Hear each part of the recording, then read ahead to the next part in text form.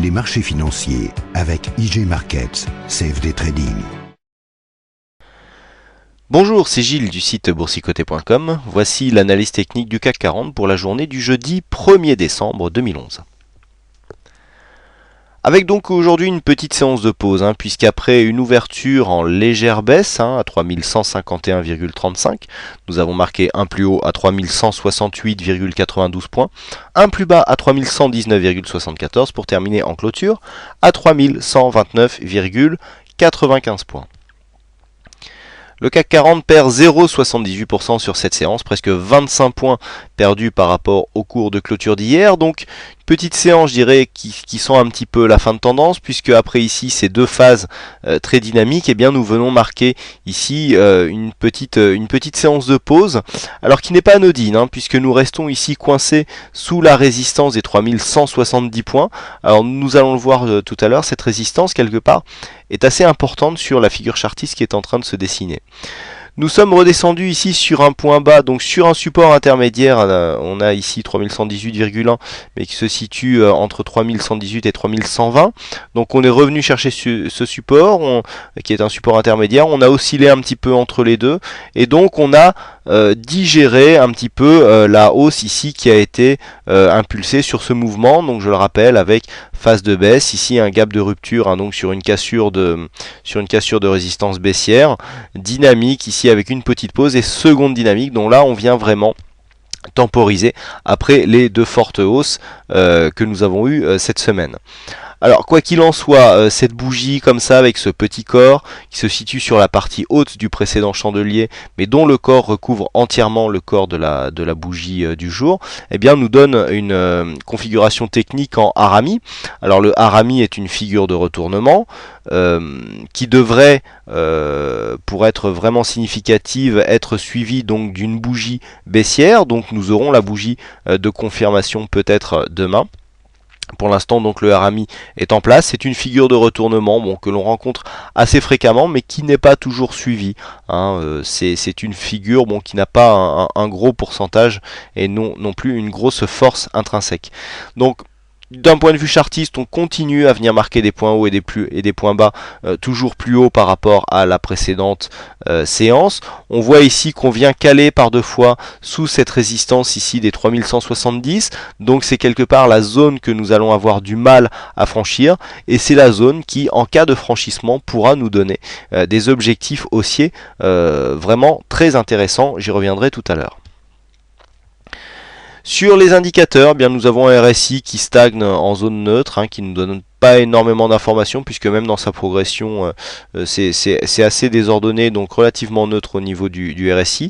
Le stochastique, lui, commence à s'approcher de sa zone de surachat, donc le stochastique lui est en zone de surachat à 81 points, la ligne de signal arrive doucement. On voit ici l'écart qu'il y a entre le stochastique et la ligne de signal qui est assez conséquent et qui nous donne donc l'information d'une tendance en cours très dynamique. Le MACD donc poursuit sa course. La tendance est toujours haussière sur cet indicateur, puisqu'on voit ici les histogrammes qui, après être passés ici en zone positive, continuent à monter. Légère baisse des volumes, ce qui est tout à fait normal et classique sur ce genre de séance de temporisation, avec une baisse de la volatilité. Donc ici c'est assez clair, on a une phase, je dirais légèrement baissière, une accélération à la baisse, on vient chercher un support et donc on rebondit et on arrive ici sur cette fameuse zone des retracements donc qui se situe entre les 50% et les 61,8 de retracement donc de Fibonacci. Je rappelle, la valeur des 61,8 se situe ici à 3175,1. Donc en cas de dépassement ici de cette zone, on aurait une invalidation quelque part du point de vue des Fibonacci de la tendance baissière qui est en train de se mettre en route. Du point de vue de la tendance moyen terme, c'est aussi en dépassant cette valeur que nous ne serons pas obligés de réadopter un biais neutre, puisqu'on voit ici, même si c'est pas vraiment une phase de plus haut, nous avons quand même une zone ici de résistance qui pourrait nous donner des indications du point de vue moyen terme. Passons maintenant à la configuration chartiste générale. Alors vous voyez qu'ici nous avons cette zone donc de résistance qui est assez intéressante puisqu'elle a été déjà zone de résistance sur ces précédentes phases. Et si nous regardons bien ici au niveau de la configuration, nous avons ici un premier creux suivi d'un deuxième creux qui est beaucoup plus conséquent. Donc cette figure chartiste s'appelle une anse avec tasse.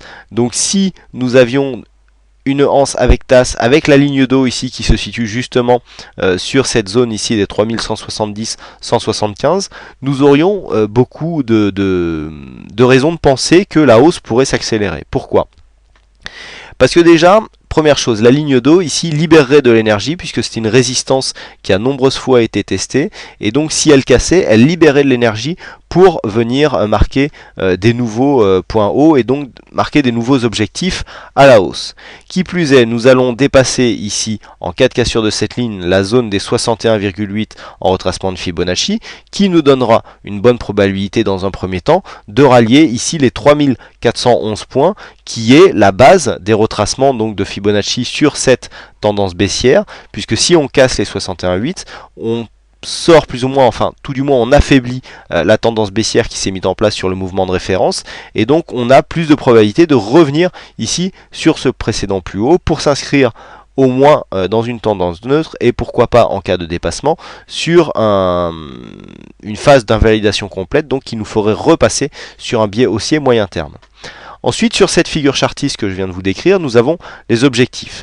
Donc sur une anse ici avec tasse, et l'objectif se calcule sur la cassure avec une amplitude donc qui est égale à l'amplitude de la tasse. Donc ici nous sommes quasiment sur les 2810 points, nous avons une ligne d'eau à 3170 points, donc ce qui nous donne alors 810, donc là on a 190 plus 170, ça nous fait un potentiel de 360 points à partir de la cassure, et donc 360 points à partir de 3170 points, et bien ça nous fait 3530 points, en calcul vite fait.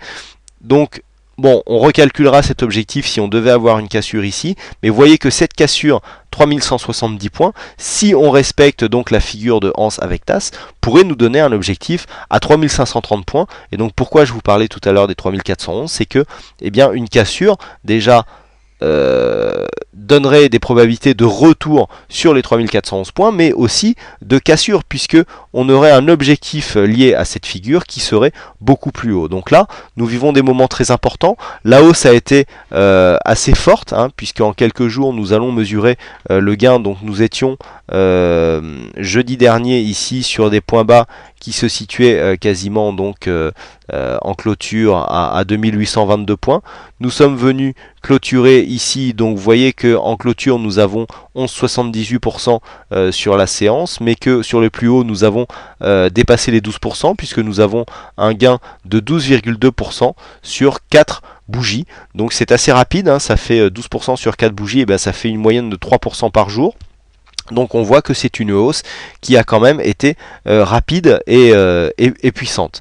Donc cette hausse ici pour l'instant n'a pas l'air de faiblir, on a juste un petit signal ici de retournement. Si on venait à commencer à consolider, nous allons tracer les retracements de Fibonacci qui nous donneront les points clés donc de cette consolidation. Alors attention, les retracements de Fibonacci ici sont valides tant que les 3168,9 plus haut du jour ne sont pas dépassés à la hausse. À partir du moment où cette zone est dépassée, les retracements de Fibonacci ne sont plus valides. Qu'est-ce que nous avons ? Nous avons premier retracement des 23,6 ici à 3081 points. Nous avons le 38,2 à 3026. Vous voyez comment nous sommes proches ici de l'autre retracement qui se situe à 3029. Donc en cas de retracement ici qui serait déclaré sur une cassure baissière de la zone des 3081,1, nous aurons un objectif ici qui se situe entre 3026 et 3029 points. Et en cas de cassure, on aurait un 50%, donc zone de retournement entre 50% et 61,8 qui se situerait entre 2982 et 2938 points.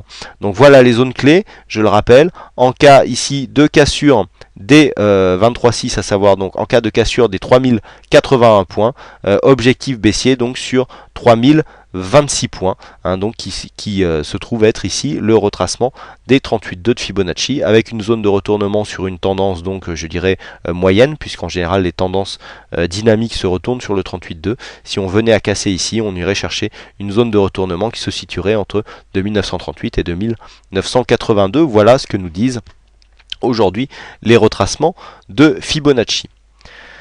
Voilà donc pour cette analyse technique que j'espère sera assez complète pour vous. Donc aujourd'hui c'est la vague qui a gagné au jeu du fixing, hein, la vague qui, c'est comme c'est lui qui annonce les résultats, on peut dire qu'il s'est auto-proclamé aujourd'hui.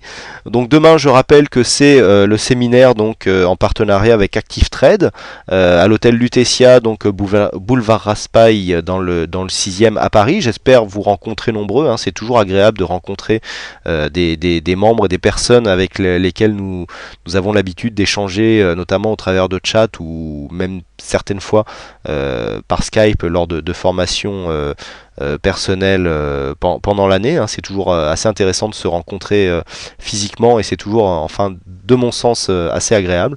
Donc j'espère vous rencontrer nombreux demain. Je sais que vous êtes quelques-uns à vous être inscrits à cette formation gratuite. Et bien j'espère que ces rencontres seront constructives. Voilà, il ne me reste plus qu'à vous souhaiter donc à toutes et à tous une bonne soirée, bonne chance dans vos trades, donc certainement des vidéos retardées demain soir, et veuillez m'en excuser par avance, et donc je vous souhaite à toutes et à tous bonne chance dans vos trades, et je vous retrouve donc dès demain, ou peut-être le week-end si le retour s'annonce plus tardif, pour de prochaines analyses. Les marchés financiers avec IG Markets, CFD Trading.